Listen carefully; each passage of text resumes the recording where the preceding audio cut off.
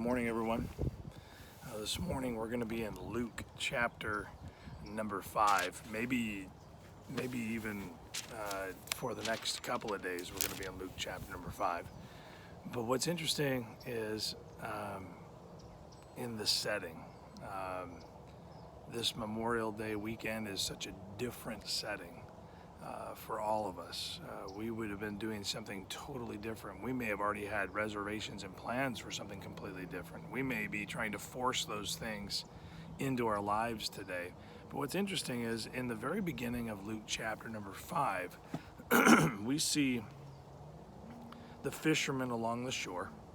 It's a really famous sequence of verses where the crowds were beginning to form, and the only way that Jesus was going to be able to speak in a way that would give him a greater audience, to get him back from the crowd enough for them to see him, would be for the fishermen who were cleaning their nets. They really weren't even there for the preaching or for Jesus. They were there because they had just come in from fishing all night. And so Jesus walks up and he says, "Hey, why don't you guys push out a little bit deeper away from the shore so that I can speak to the people?" And they probably reluctantly agreed, "Yeah, okay, we'll push out."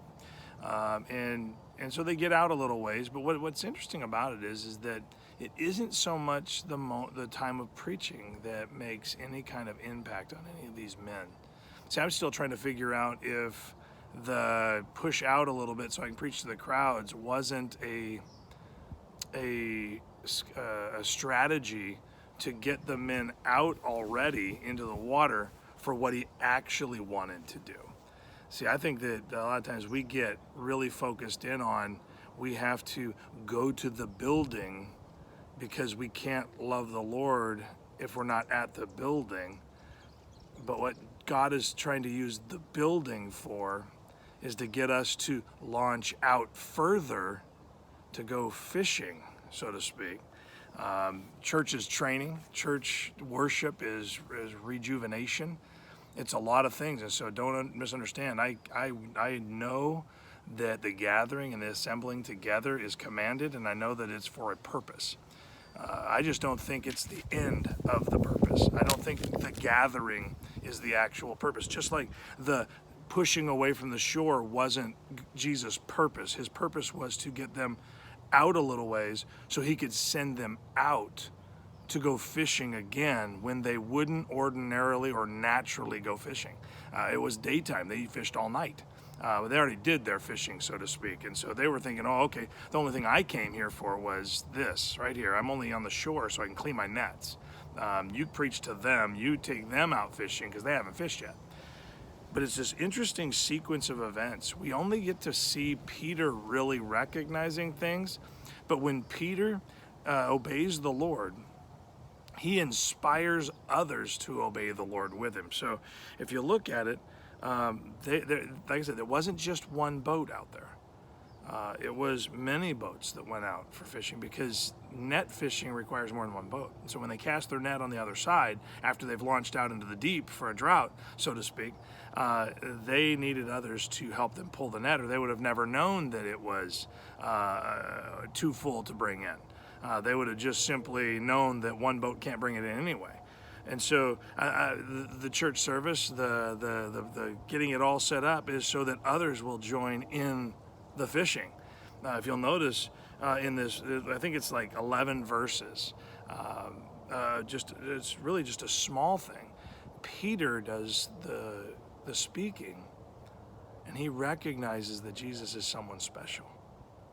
And because he recognizes that Jesus is something special, the conversation he and Jesus has is so inspiring. The moment is so captivating because Peter says, "You, Jesus, are someone special. Look what you've done." He points it out to others. And then if you look at verse number 8, it says, "And when Simon Peter saw it, he fell down at Jesus' knees, saying, 'Depart from me, for I am a sinful man, O Lord.'"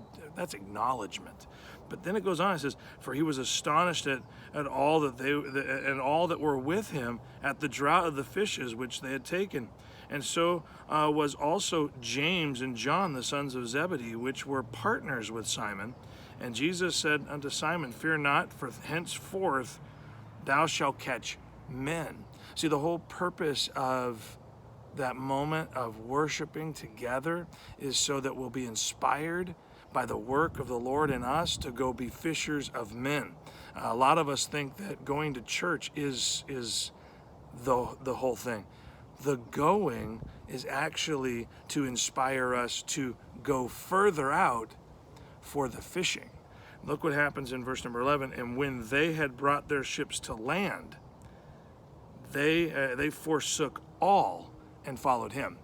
Most believers today only forsake a segment of time, and they don't even really forsake that very consistently. This is not what it's about. Jesus is calling people into his service. He wants to live out his life through us. And so I want to ask you to really consider this.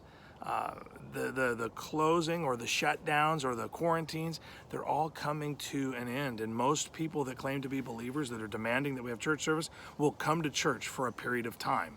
They'll even be very religious about it for a period of time. But only those who determine that instead of going to church, I'm going to go ahead and be the church. Peter says, I'm going to go ahead and be a follower of you. I want to learn how to be a fisher of men. I don't want to just simply show up and watch. I want to be. And so when Christ comes into us, he lives through us, and it changes everything about us. It's a big, big change. And I think that too many today are only seeing what God could do with a few minutes. And we're not even really that devoted to it. So I want to encourage you, do a little bit of evaluation. Am I like Peter when I see that the work of the Lord is important? I'm going to go ahead and dedicate to it. Or am I like the crowd that just dispersed when he came back in from fishing? Think about it, the whole crowd that he launched out a little bit further from the shore. They didn't do anything. They came, they saw, they went home, they went back to life. Only those who understand that Christ wants to live through us will see a significant difference. They'll see a transformation, and they'll see it affect generations after them, people around them. And so I want to encourage you to that. Don't just be a spectator that just goes home. Be a submitted, committed follower of Christ. Use this time. Be devoted to him and enjoy what God has to offer you. I hope that this encourages you to be stronger in your walk with the Lord. Have a wonderful rest of your Memorial Day weekend.